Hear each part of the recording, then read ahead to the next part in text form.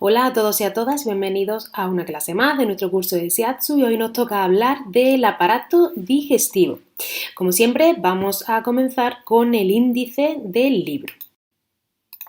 Como podéis ver, en un primer lugar vamos a hablar un poco de lo que sería el proceso de digestión en general y después vamos a ir hablando de cada una de las estructuras que componen el aparato digestivo y nos permiten realizar la digestión de manera adecuada.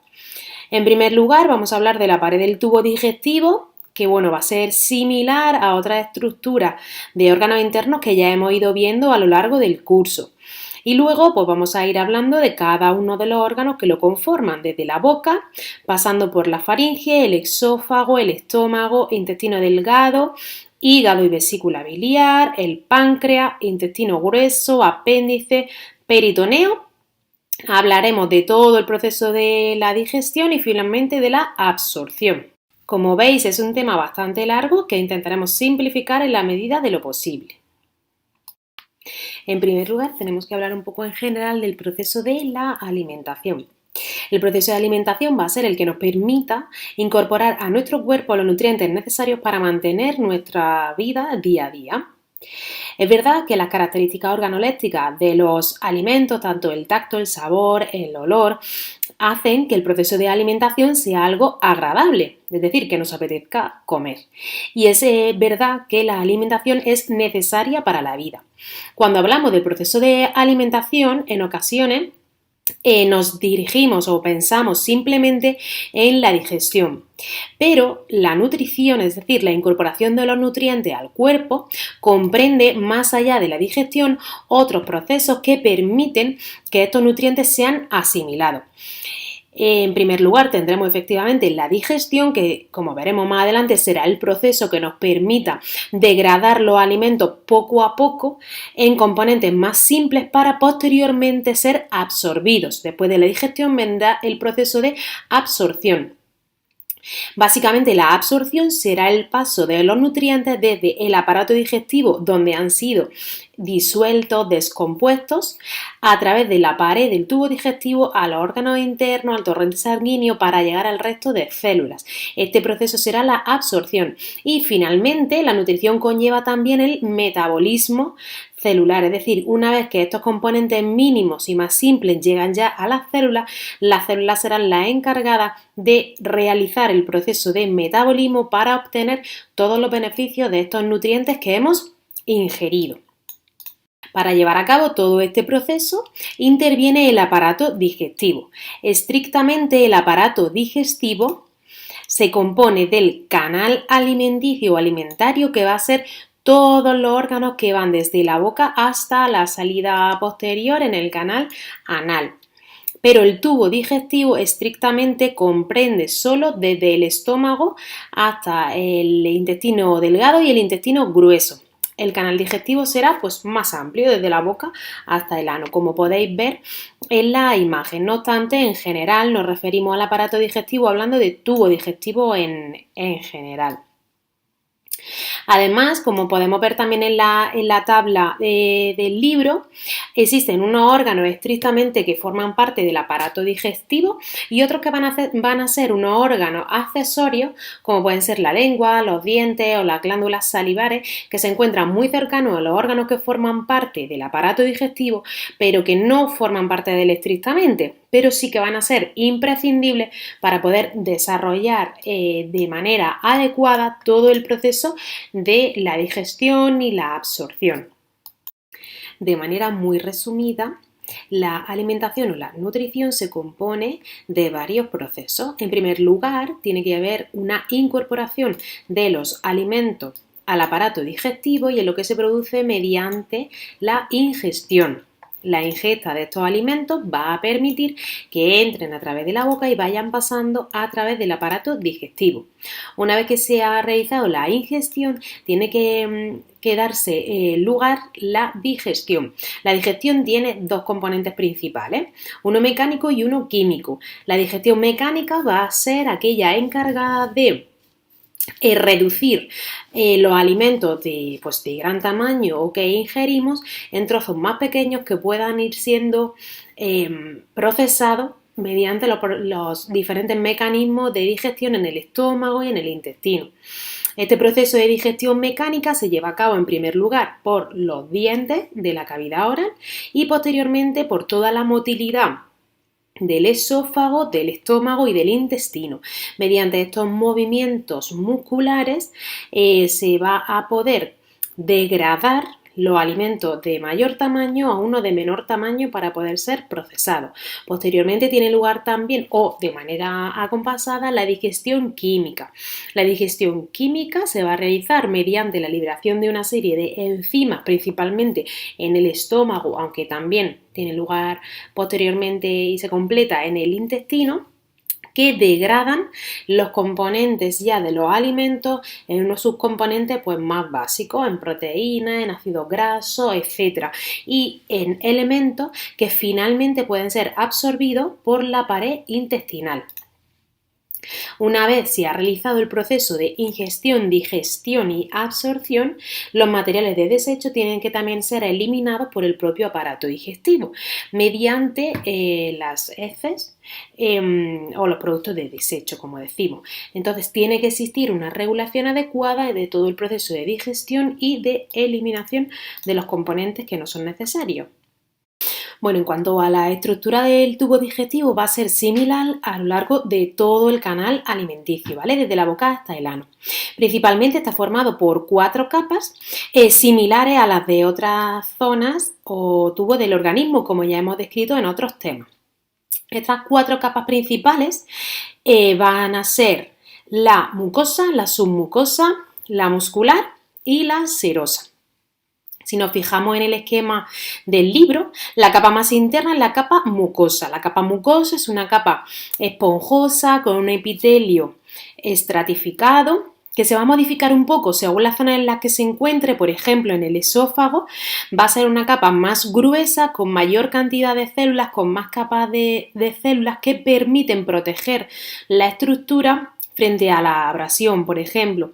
En cambio, conforme vamos descendiendo en el tubo digestivo, al llegar, por ejemplo, al estómago, la mucosa será una capa mucho más fina que permita la absorción de los nutrientes. Además, en la mucosa podemos encontrar también nódulos linfáticos que nos van a proteger pues, frente a posibles microorganismos o sustancias extrañas que puedan entrar a través del bolo alimenticio. Después de la mucosa encontramos la submucosa. La submucosa es una capa serosa que se encuentra en contacto con la mucosa y que va a tener principalmente vasos sanguíneos y nervios y también algunas terminaciones glandulares. A continuación tenemos una capa muy importante que es la capa muscular. La capa muscular va a ser una capa propia del sistema alimenticio y que va a permitir el desplazamiento del alimento a través de todo el tubo digestivo. Para ello se va a encargar de realizar 2 tipos de movimientos. Por un lado, los movimientos de peristaltismo, que lo que hacen es permitir el avance del bolo alimenticio por pequeñas contracciones desde la parte posterior hacia la parte más anterior. Lo que hacen las fibras es contraerse poco a poco, empujando el bolo alimenticio por delante. Otro mecanismo muscular que llevan a cabo es el de segmentación.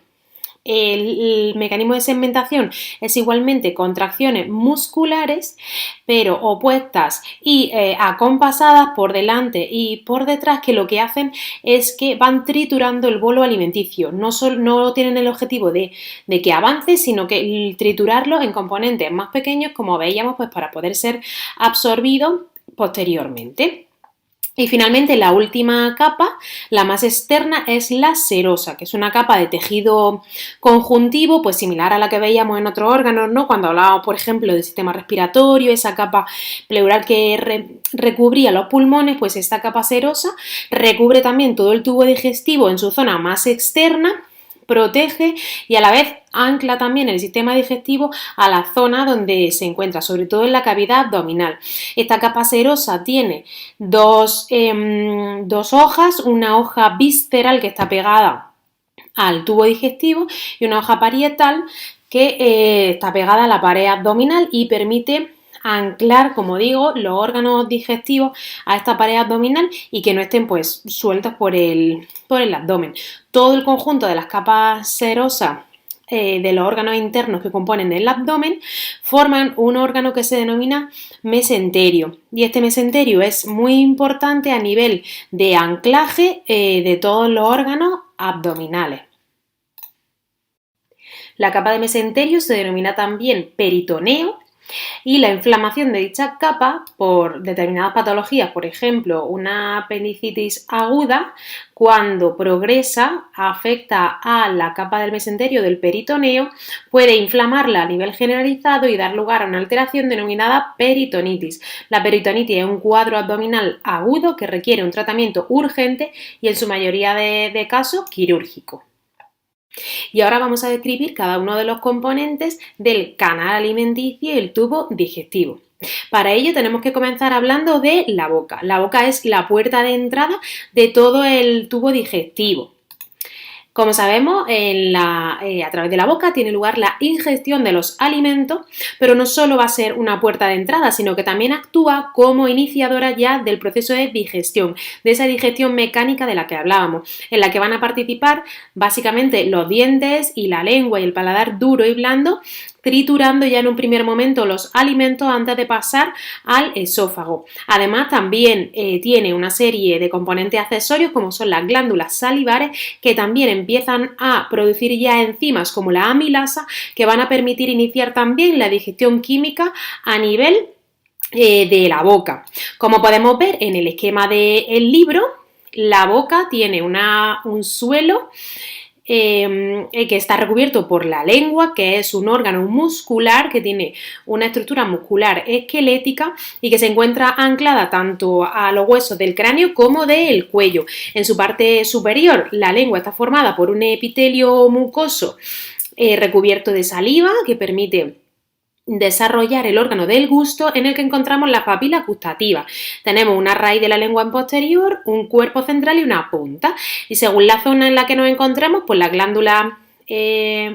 papilas gustativas serán de un tipo u otro. En su parte inferior se encuentra el frenillo. El frenillo es una membrana fina que ancla también la lengua al suelo de la boca.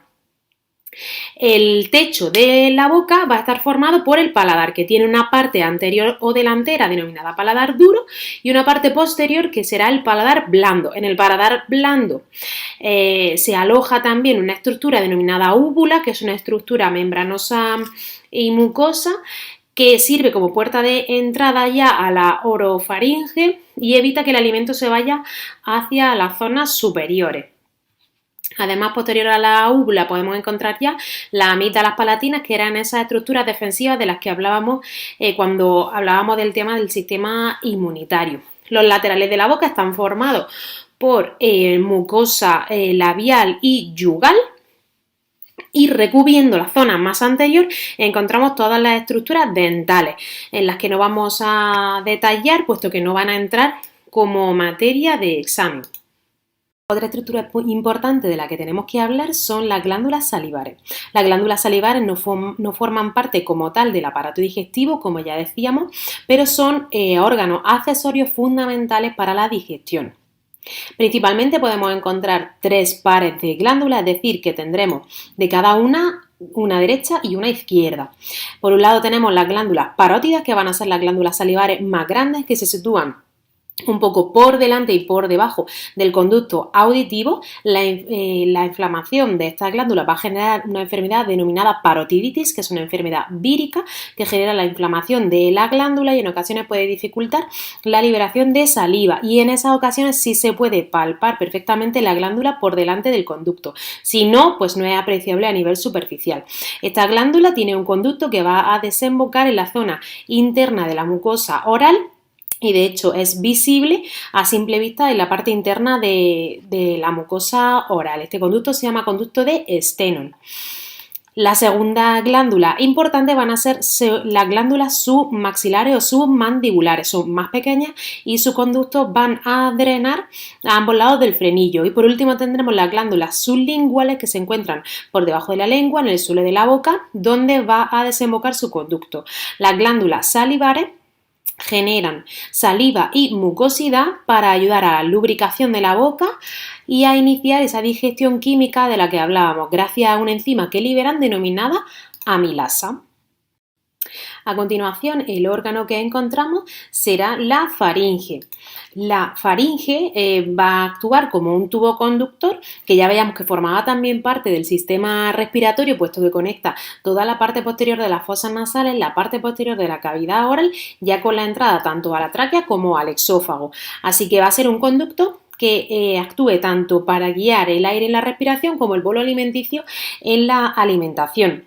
Tiene tres partes fundamentales, una superior nasofaringe, más en contacto con las fosas nasales en su parte posterior, la orofaringe en contacto con la parte posterior de la cavidad oral y la laringofaringe ya en la parte inferior para contactar con la tráquea y con el esófago. Como podemos ver en la imagen, pues estas zonas están íntimamente relacionadas y requieren una coordinación adecuada para que los movimientos respiratorios y de deglución se llevan a cabo de manera correcta. La estructura va a ser la que ya hemos visto, con una capa mucosa, una muscular y una serosa, que va a facilitar la conducción de todo el bolo alimenticio. La principal función de la orofaringe pues será la de conducir este bolo que se ha iniciado en la cavidad oral pues hacia el esófago.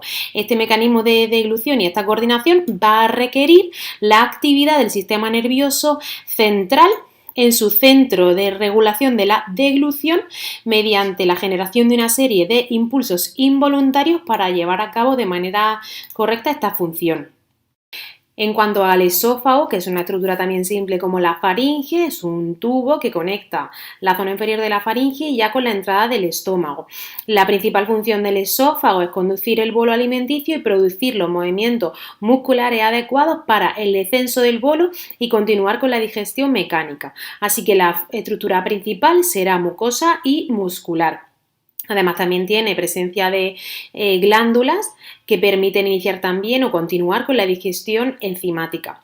Hay que destacar que en la parte superior e inferior del esófago tienen dos estructuras especiales musculares en forma de anillos que se denominan esfínteres.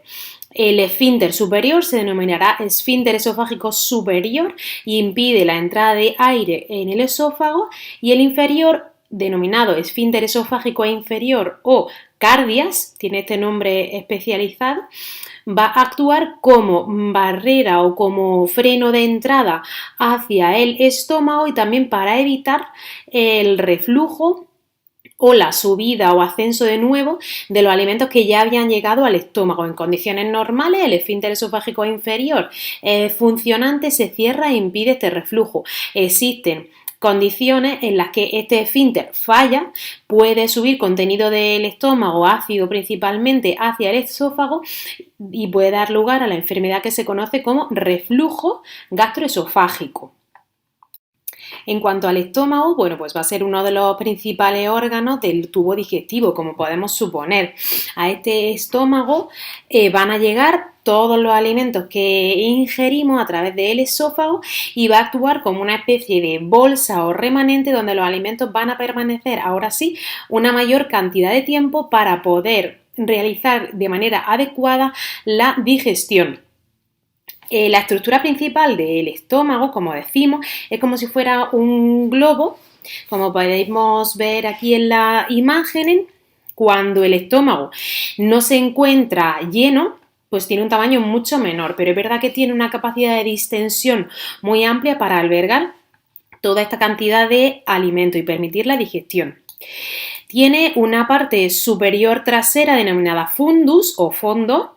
Luego tiene una parte central denominada cuerpo y una parte final denominada píloro. El píloro será la parte que contacte con el intestino delgado.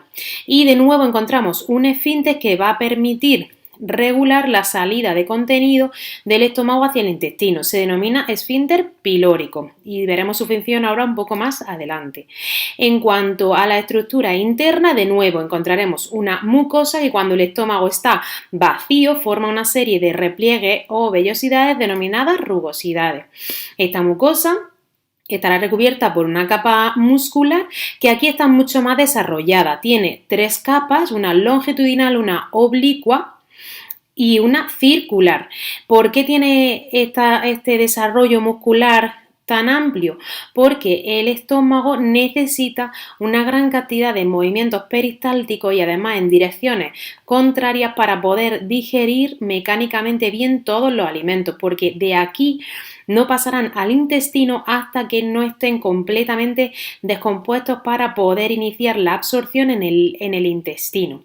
Además, tiene una serie de glándulas que van a permitir la liberación de pequeñas partículas microscópicas o enzimas que generan la digestión. Estas glándulas gástricas liberan enzimas que forman el ácido gástrico. Principalmente el contenido de este ácido gástrico va a ser agua, pero también va a tener un contenido importante en ácido clorhídrico que va a facilitar el proceso de la digestión, principalmente la digestión de las proteínas, porque este ácido clorhídrico rompe los puentes de hidrógeno. Y finalmente, la parte más externa será de nuevo una serosa. Como podéis ver, tiene como una forma de habichuela, por así decir, tiene una curvatura mayor y una curvatura menor en la zona superior.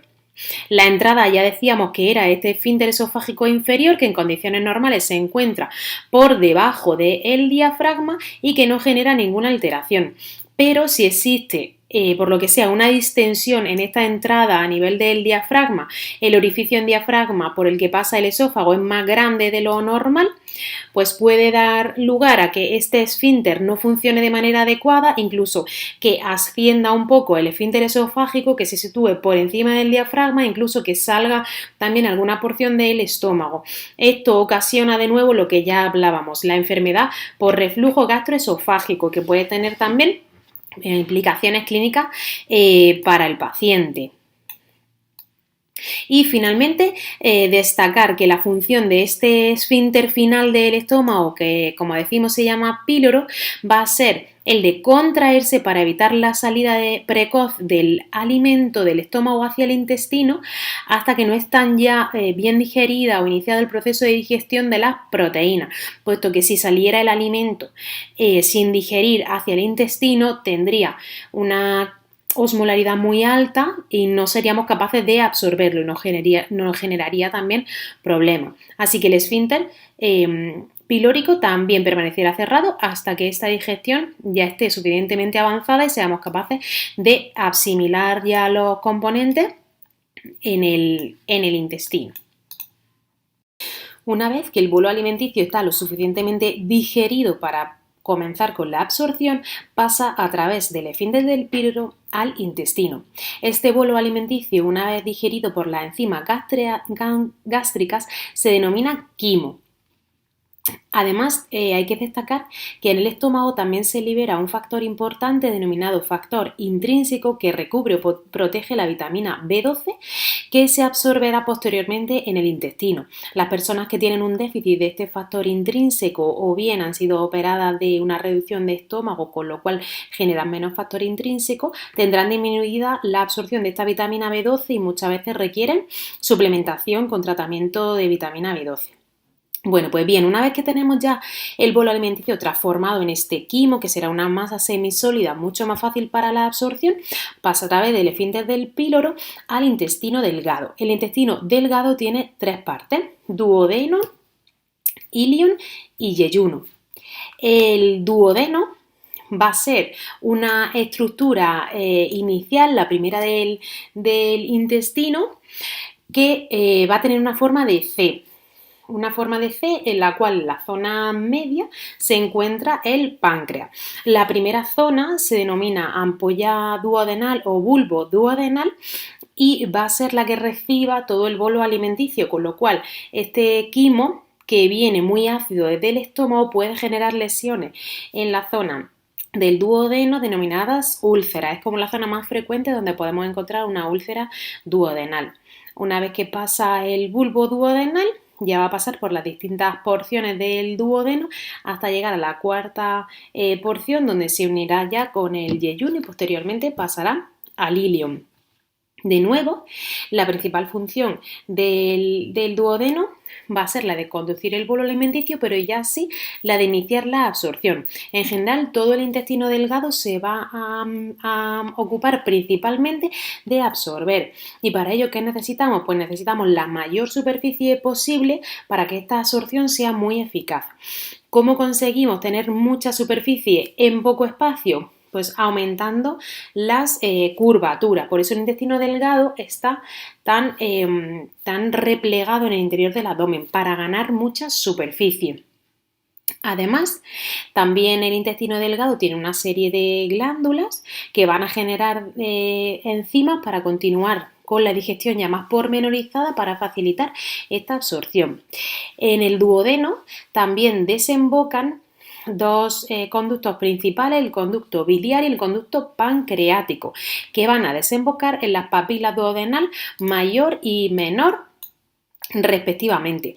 Cuando existe una obstrucción por un cálculo biliar, por ejemplo, se dificulta la llegada de enzimas por parte del hígado y se dificulta esta absorción.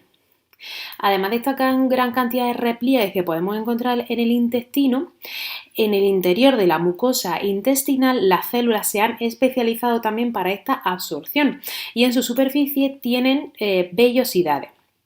Si nos fijamos en la imagen, en el detalle pormenorizado de la vellosidad, vemos que en el interior de cada vellosidad predominan los vasos sanguíneos, principalmente capilares, arteriales y venosos, para realizar el intercambio principalmente de hidratos de carbono y proteínas, y también podemos encontrar vasos linfáticos o quilíferos denominados en el interior de las vellosidades, que se van a encargar principalmente de la absorción de lípidos. Además, en la superficie de estas vellosidades, las propias células presentan microvellosidades para aumentar aún más la superficie de absorción. El siguiente órgano fundamental que forma parte del sistema digestivo es el hígado. El hígado va a actuar como una gran depuradora. Tenemos que verlo así. Se encarga de detoxificar una gran cantidad de sustancias que llegan a través de la sangre al hígado y que pueden generar o que pueden ser nocivas para nuestro cuerpo, con lo cual actúa como una gran depuradora o filtro de todas estas sustancias. Además, es una glándula que genera también sustancias para facilitar la digestión. Estas sustancias forman la bilis, que procede del hígado a través de los conductos hepáticos comunes y se unen también con el conducto procedente de la vesícula biliar, formando el conducto colédoco que finalmente desemboca en el duodeno. Podemos verlo en la imagen del libro. Como veis, en esta imagen se observa que el conducto hepático común derecho y el conducto hepático derecho e izquierdo forman el conducto hepático común, que a su vez se junta con el conducto cístico procedente de la vesícula para formar el conducto colédoco, que finalmente desembocará en el duodeno.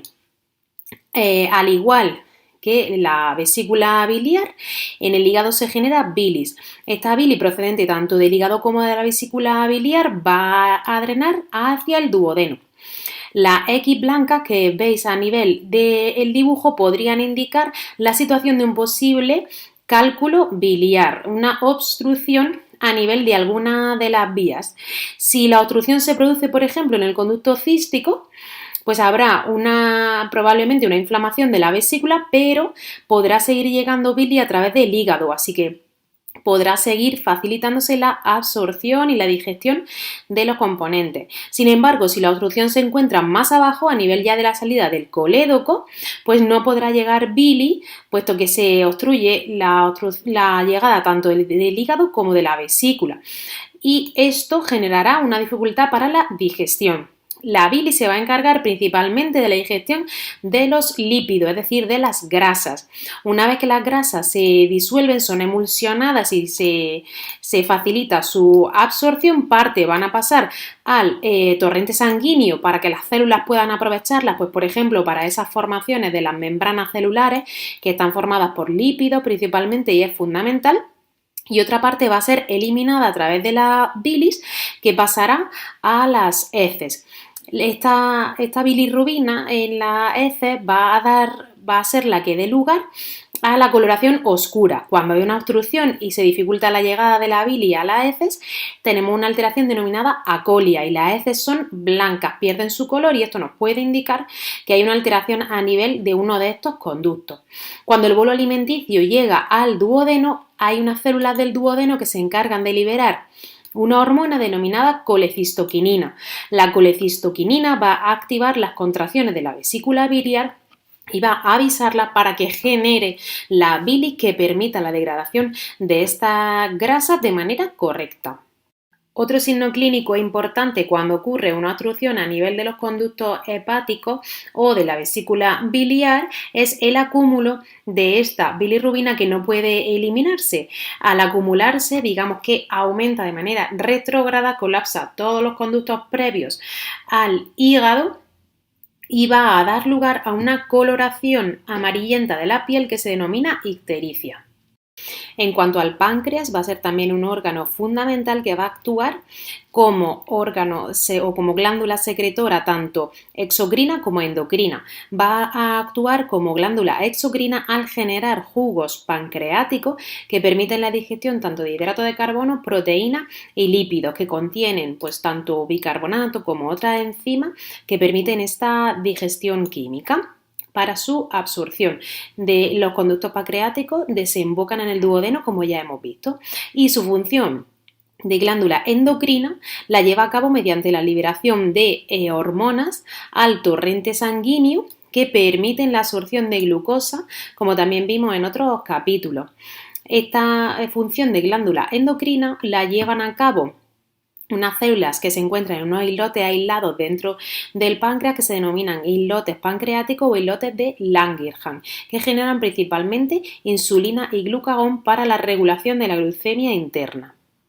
Ya para ir finalizando con los órganos de este aparato digestivo, encontramos a continuación del intestino delgado el intestino grueso. El intestino delgado va a desembocar en el intestino grueso en la válvula denominada válvula iliocecal, denominada así porque supone la desembocadura del ilion, la parte terminal del intestino delgado, en el ciego, que es la parte inicial del intestino grueso. El ciego se denomina así porque forma una estructura como de saco ciego, es decir, que no tiene apertura ni continuidad por ese sentido hacia ninguna zona. Como vemos en la imagen, la estructura del intestino grueso es más simple que el intestino delgado. Mide menos, el intestino grueso mide aproximadamente 1,5 metros, cuando el intestino delgado medía aproximadamente 7 metros y decíamos que necesitábamos muchas curvas de intestino delgado para aumentar esta superficie de absorción. El intestino grueso es mucho más corto y ya no posee esas vellosidades en su interior, puesto que el quimo o el bolo alimenticio llega ya aquí muy digerido y se han absorbido la mayoría de los nutrientes como hidrato de carbono, proteína y lípidos en el intestino delgado. Este intestino grueso se va a encargar más de la absorción principalmente de agua y de micronutrientes como las vitaminas y los minerales. Esta absorción de agua a lo largo del intestino grueso hace que cada vez el bolo alimenticio o el quimo ya residual sea más y más espeso y más formado para dar lugar finalmente a las heces que se eliminarán por el ano.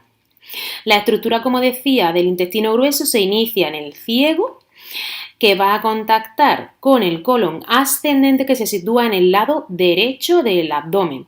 El colon ascendente llega hasta la flexura cólica derecha o hepática, denominada así porque está en contacto con el hígado, y forma esta curvatura para iniciar el colon transverso. El colon transverso llega hasta la flexura cólica izquierda, situada en el lado izquierdo del abdomen y en contacto con el bazo, denominada también por ello flexura esplénica. Y a partir de esta curvatura se iniciará el colon descendente, que dará lugar finalmente al colon sigmoide, denominado así porque tiene una forma de S, que finalmente formará el recto, que tendrá una ampolla rectal y finalmente el ano como salida hacia el exterior. Como veis, las principales partes del intestino grueso se denominan colon y forman el cono ascendente, transverso y descendente. Por lo general, tendemos a asimilar el intestino grueso con la palabra colon, pero bueno, el colon no deja de ser una zona. El intestino grueso es más amplio. Como decía, este intestino grueso en su interior ya no tiene tantas vellosidades porque no va a requerirlas, puesto que aquí solo se absorbe ya agua y micronutrientes y algunos nutrientes ya residuales. Así que va a tener un aparato vascular importante para continuar con esta absorción, pero la absorción será principalmente de vitaminas y de minerales. Las vitaminas, por ejemplo, como la vitamina K, la vitamina B12, que han tenido que llegar hasta aquí y que necesitan la actuación de unas bacterias que encontramos en el intestino grueso, denominadas microbiota o flora intestinal, que facilitan la absorción de estas vitaminas. Cuando hay una alteración de esta flora intestinal, pues podemos ver que ahí puede haber déficit vitamínico. Además, la presencia de estas bacterias hace que la digestión de los alimentos residuales que llegan pueden generar gases que son expulsados por el ano, generando la flatulencia. Asimismo, el intestino grueso actúa de una manera más lenta que el intestino delgado. El paso del bolo alimenticio por el intestino grueso suele durar entre 3 y 4 días hasta que finalmente llegan en forma de heces y son evacuadas. Si el paso se enlentece un poco más, la absorción de agua es mayor, las heces se vuelven más secas, disminuyen su tamaño y ya no estimulan tanto la salida en el canal anal, puesto que el estímulo va a ser la distensión de la ampolla rectal, que hace informar al cerebro de que ahí hay productos de desecho y que se necesita la defecación. Si los productos que llegan son más pequeños en tamaño, no hay este feedback o esta información de la ampolla rectal y podemos generar una retención de los desechos de la heces que se denomina estreñimiento. Por el contrario, hay ocasiones en las que el ritmo en el intestino grueso está más acelerado y se produce la diarrea. En los procesos de diarrea perdemos, además de líquido y agua, porque no le da tiempo al intestino a absorber, como también pues, minerales y otros nutrientes, porque el paso es tan rápido que el intestino no puede asimilarlo. A nivel final del intestino se encuentra la ampolla rectal y el recto, que tienen también dos esfínteres, un esfínter anal interno y uno externo. El esfínter anal interno es involuntario, es decir, que se abre y se cierra según la llegada de los productos de desecho, y es la apertura de este esfínter anal interno con la distensión con la llegada de los desechos la que informa al cerebro de que necesitamos ir al baño y evacuar, pero será finalmente el esfínter anal externo, el voluntario, el que se encargue de llevar a cabo la defecación final, y por eso somos capaces de contener esta evacuación pues hasta que nos encontramos en las medidas adecuadas, ¿no? Pero si existe cualquier alteración a nivel central, por ejemplo un ictus o un infarto cerebral, esta contención del esfínter anal externo puede verse alterada y puede ser que la persona no maneje bien sus esfínteres. Y la última estructura de la que nos queda hablar es el apéndice vermiforme o apéndice simplemente como es conocido, que es una formación tubular que se conecta con el ciego. Como ya veíamos en la imagen previa, desemboca a nivel inferior del ciego, un poco por debajo del conducto iliocecal. Bueno, la función principal del apéndice es la de preservar y conservar la microbiota intestinal tan importante del intestino grueso, como hablábamos, para toda esta absorción de las vitaminas y los micronutrientes. Cuando hay una alteración en la flora intestinal, pues el apéndice se encarga de reponerla. El problema es que en algunas ocasiones la comida, el bolo alimenticio, puede pasar a través del orificio del apéndice y acumularse, generando una inflamación denominada apendicitis aguda, que en ocasiones puede generar pues un cuadro incluso hasta de peritonitis con perforación. La apendicitis aguda es una urgencia abdominal que requiere tratamiento quirúrgico. Clínicamente se traduce pues, en un cuadro de fiebre, dolor abdominal agudo, vómito y malestar. y si se deja avanzar, pues puede llevar a una infección generalizada del paciente. Clínicamente los médicos lo detectamos mediante una palpación abdominal en un punto que se sitúa en la parte inferior derecha del abdomen, que se denomina fosa ilíaca derecha, y es el punto de McBurney. Cuando el paciente presenta dolor en este punto de McBurney, pues es muy sugestivo de que pueda tener una apendicitis aguda.